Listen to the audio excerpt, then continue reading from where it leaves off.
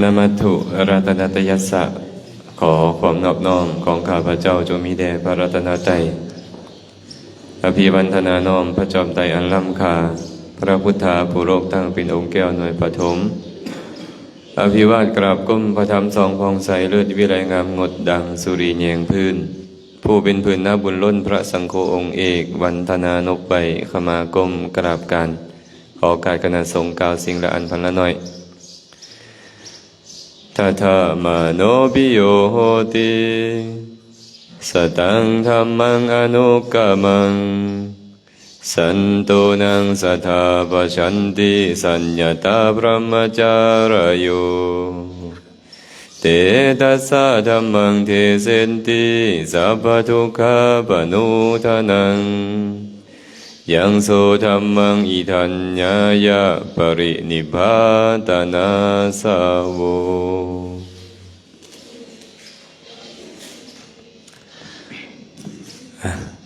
มื้อนี้ก็เป็นวาระโอกาสดีเนาะที่ทางคณะพวกเราได้รับการอนุเคราะห์จากญาติโยมมื้อนี้มีญาติโยมทางเวียดนามพร้อมเนาะมาเป็น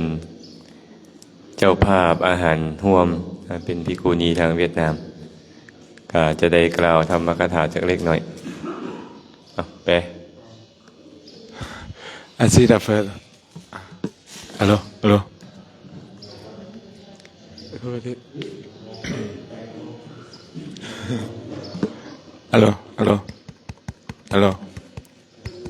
บิ่งกันเลย Aló. Dạ, así la fe. Hôm nay là nhân dịp tốt được cả hai ni sư Việt Nam đi nghe Pháp cùng. Xin chào đón các hai ni sư và tiếp theo là sư trưởng sẽ nói chuyện về đoạn văn những sẽ thuyết giảng ngày hôm nay ạ. พระสัมมาสัมพุทธเจ้าเพิ่นได้ตรัสอานิสงส์ของการให้ทานไว้อยู่5ประการ Nhưng Đức Phật Thích Ca Mâu Ni đã thuyết giảng đoạn văn sẽ có 5 thứ. ประการที่1ก็คือผู้ให้ทานจะเป็นที่ฮักของมหาชนบุคคลใดๆก็จะฮักใคร่บุคคลผู้ให้ทานนั้น Một là những người thường hay bố thí sẽ được tất cả mọi người yêu thích, yêu mến. ประการที่2บุคคลผู้ให้ทานสัตว์บุรุษทั้งหลายนักปราชญ์บัณฑิตทั้งหลายจะคบหาเขา Thứ hai là ai thường hay bố thí và những người thân thiết, những người tốt, người lành, những bạn tốt sẽ hay kết bạn hay nói chuyện. ประการที่3ชื่อเสียงกิตติศัพท์ของบุคคลผู้ให้ทานย่อมฟุ้งขจรไป Dạ, thứ ba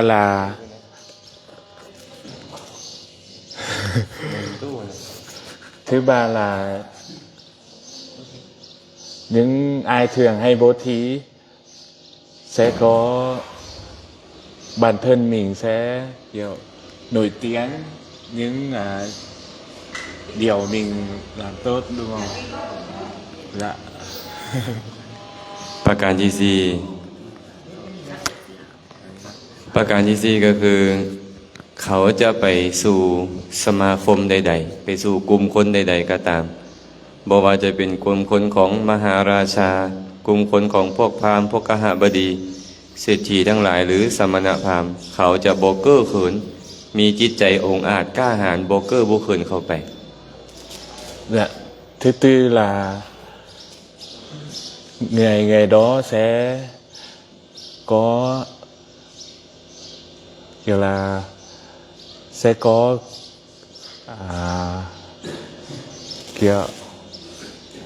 kiểu là anh hùng ấy, đi đâu cũng không ngại, đi những đi sang chỗ vua hoặc là chỗ những gì cũng không yêu ngại. Đúng rồi. มีจิตใจอาถรรพ์บ่เก้อเขินบ่อายผู้ใดในการจะเข้าไปสู่สถานที่ใด Không có hay yêu ngại, không có ngại ngùng hoặc là đi đâu cũng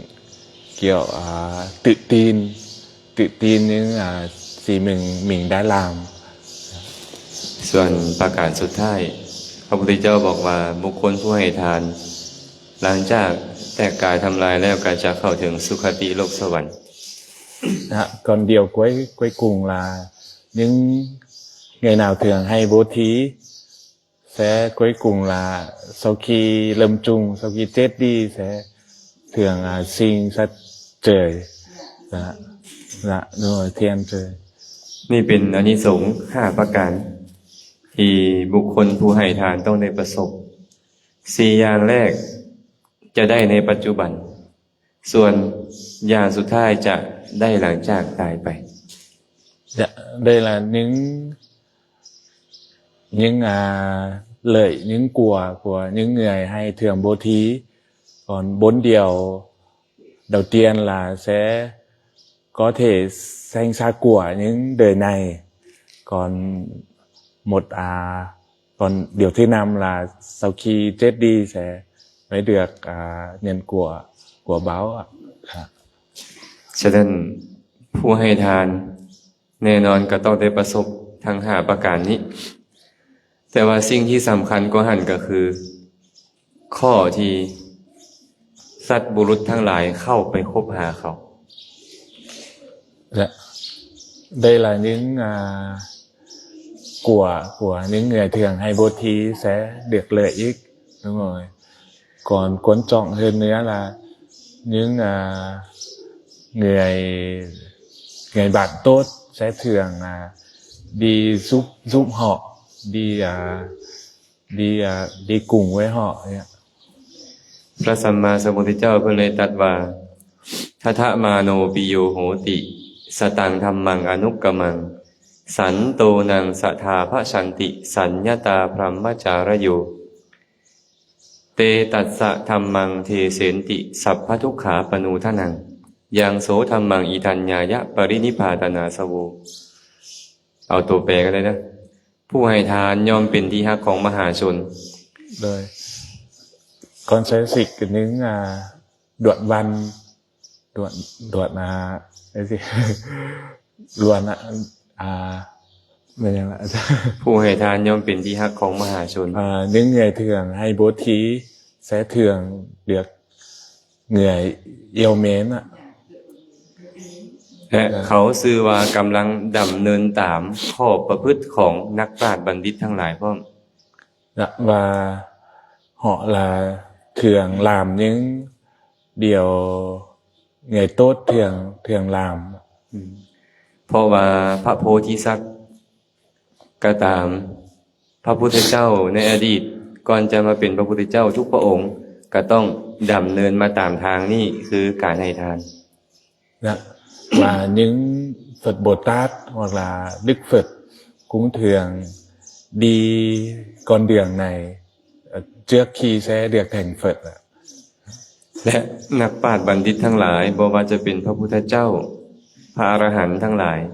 ก็จะเข้าไปคบหาคนผู้ยินดีในการให้ทานนั้น và những người bạn tốt hoặc là A-la-hán hoặc là những ấy cũng thường sẽ đi giúp đỡ họ. และผู้ที่เป็นบัณฑิตเหล่านั้นเข้าไปหาแล้ว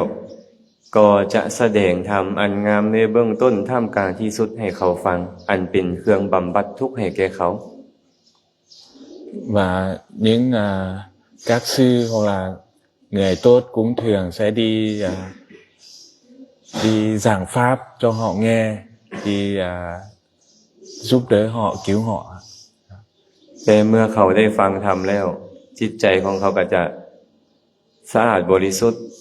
สามารถที่นำไปประพฤติปฏิบัติได้เฮ็ดให้ตนเองพ้นไปจากทุกข์ได้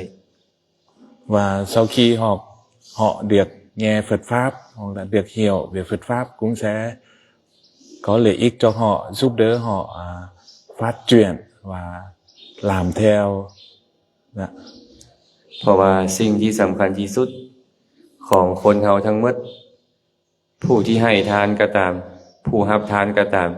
มีความประสงค์เป้าหมายเดียวกันคือความพ้นทุกข์ Và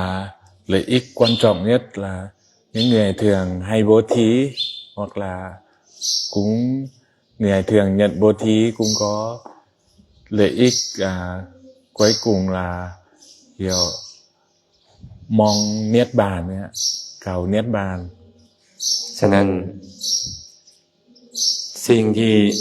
พวกเราต้องการคือความพ้นทุกข์ฉะนั้นการจะพ้นทุกข์ได้ต้องอาศัยการฟังธรรมและนำธรรมะนั้นไปประพฤติปฏิบัติตามจึงจะพ้นทุกข์ได้อย่างถาวร Dạ. Ai cũng thường muốn thoát ra khỏi những khổ đau đớn sanh tử này. Và nếu muốn thoát ra thì phải thường nghe pháp và mang Phật pháp đi thực hành, đi hành. Đó. อาจารย์เนาะก็จะบ่ได้เว้าอีหยังหลายเว้าน้อยนึงว่าอานิสงส์ของการให้ทานมีอยู่5ประการนี้และสิ่งที่สำคัญที่สุดก็คือการที่นักปราชญ์บัณฑิตเข้าไปหาเฮาแสดงธรรมให้เฮาฟังเฮาได้ฟังธรรมแล้วทุกข์ในใจของเฮาจะลดน้อยลงและนำไปประพฤติปฏิบัติได้ก็จะพ้นทุกข์ Dạ. Sau đây sư trưởng cũng sẽ không có gì nhiều, cũng sẽ mang Phật pháp một ít những 5 điều người thường hay bố thí sẽ được lợi ích. Dạ. ก็ขออนุโมทนาบุญนำและขอให้ทานผู้ที่เป็นเจ้าภาพเจ้าศรัทธาในการถวายข้าวปลาอาหารหวานข้าวแก่พระเจ้าประสงค์นี้จงมีความสุขความเจริญปราศจากทุกโศกโรคภัยปรารถนาสิ่งหนึ่งประการใดก็ขอให้ความปรารถนาจงสำเร็จบริบูรณ์ Dạ, sau đây cũng mong chúc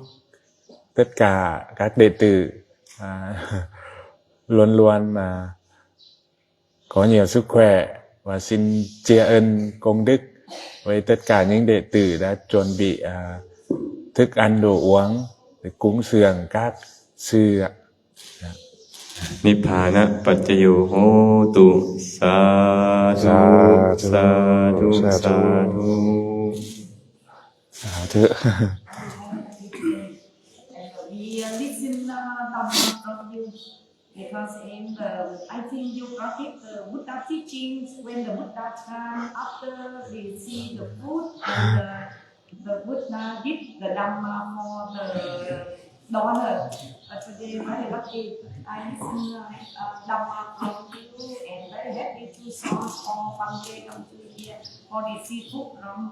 our group. And the group Monadika belong to the Chida and the family, the Unison, Michael, and the group belong to Bhikkhu means that very lucky today. Listen the Dhamma from you. I remember five benefit from offer from Sanghadana today. Thank you so much. เพิ่นว่า เพิ่นว่าเพิ่นมีความสุขและก็ดีใจหลายมื้อนี้เพิ่นได้ฟังธรรมเปรียบเสมือนว่าองค์สมเด็จสัมมาสัมพุทธเจ้าที่เทศน์ให้น้องสาวฟังและก็ขออนุโมทนาบุญที่ว่าที่เจ้าภาพเพิ่นรายนามมาหันได้เป็นเจ้าภาพร่วมในการถวายให้แก่คณะพระสงฆ์ที่มาเดินทางมาปฏิบัติธรรมและก็เพิ่นเข้าใจในหลักธรรม5ประการที่ว่าอานิสงส์ของการถวายทาน5ประการนั้นโดยสาธุ ครับพรเด้อ ต่อการคณะสงฆ์เป็นต้นเสียงในการให้พร สัพพิติโยวิวัชชันตุสัพพะโรโควินัสสตุมาเตภวัตวันตรายโยสุขีทีขายุโกภวะอาภิวาทนาสิริสนิจจังวุธาปจายโน